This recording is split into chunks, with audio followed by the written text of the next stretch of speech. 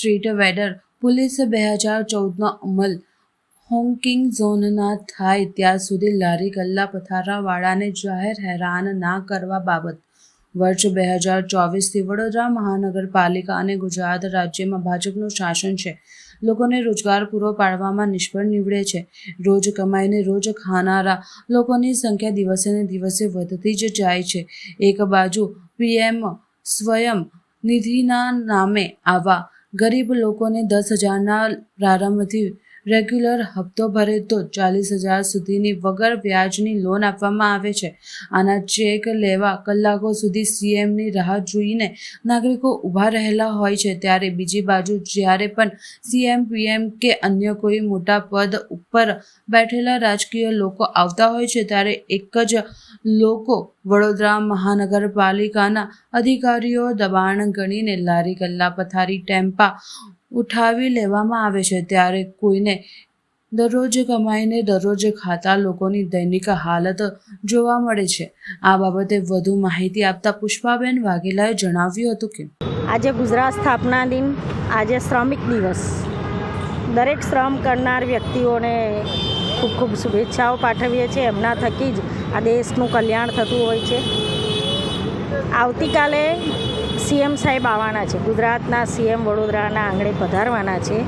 એમનો જે રૂટ હતો એ રૂટ ઉપરથી 2 દિવસથી જેટલા પણ રોજ કમાઈને રોજ ખાનારા લોકો હતા એમની આજીવિકા, એક બાજુ ગુજરાત સરકાર 1995થી સત્તા પર છે પણ રોજગારી આપવામાં નિષ્ફળ નીવડી છે. ત્યારે પીએમ સ્વનિધિમાંથી આ લોકો સ્વરોજગાર માટે 10,000 રૂપિયા અને એનો હપ્તો તમે નિયમિત ભરો તો 20,000 રૂપિયાથી લઈને 40,000 રૂપિયા સુધીની લોન આપવામાં આવે છે. ત્યારે સીએમ જ્યારે આ લોનને ચેક આપે ત્યારે કલાકો આ શ્રમિકો બિચારા ઊભા રહીને એમના ચેકની રાહ જોતા હોય.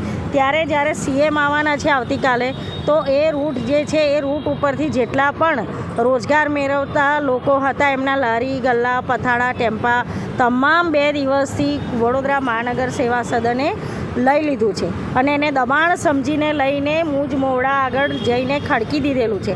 આમાં એમનો સામાન હોય છે. 15 દિવસ સુધી લારી નહીં છોડવી એવો કોર્પોરેશનનો નિયમ છે. એટલે 15 દિવસમાં બેરોજગારીમાં એમને દિવસો પસાર કરવાના.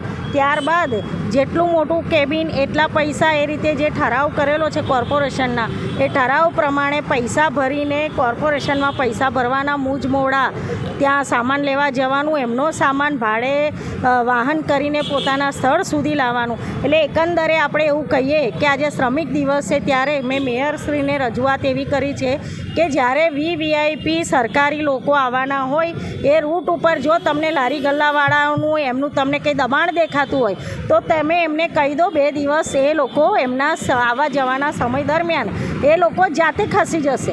કારણ કે આપણે વહીવટી ચાર્જ લેવા વોર્ડ ઓફિસરો જતા હોય છે, એમને તમામ કેટલી લારીઓ ગલ્લા પથારા છે એ તમામની માહિતી હોય છે. તમે એમને એવું કહી દો કે ભાઈ આ તારીખેથી આ તારીખ તમારે નથી બેસવાનું તો 2 દિવસ એમનો સામાન એમની પાસે રાખશે. 2 દિવસ નહીં વેચાય એટલો સામાન એ લોકો ઓછો લાવશે અને એ લોકો 2 દાડા એમનો ધંધો રોજગાર બંધ રાખશે. પણ તમે એક બાજુ 10,000 રૂપિયાની સહાય આપો છો, બીજી બાજુ આ લોકોને 10,000નો ખર્ચો કરાવો છો. તમે દબાણ સમજીને એને લઈ જાઓ છો. એટલે લઈ જવાના, લાવવાના, છોડાવવાના બધા થઈને અને એનું બેરોજગાર એટલા દિવસ એને રોજગાર ના મળે, ધંધો ના મળે. એ બધાના થઈને 10,000 તો તમે ત્યાં જ વસૂલ કરો છો. તો જો તમારામાં માનવતા હોય તો તમે સ્ટ્રીટ વેન્ડર પોલિસી 2014નો અમલ કરો. હોકિંગ ઝોનનો તમે અમલ કરતા નથી, એનો અમલ કરો.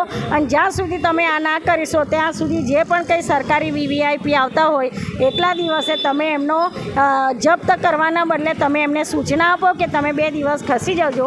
એટલી મારી માંગણી છે અને આ અનુસંધાને મેં લેખિતમાં રજૂઆત કરી છે.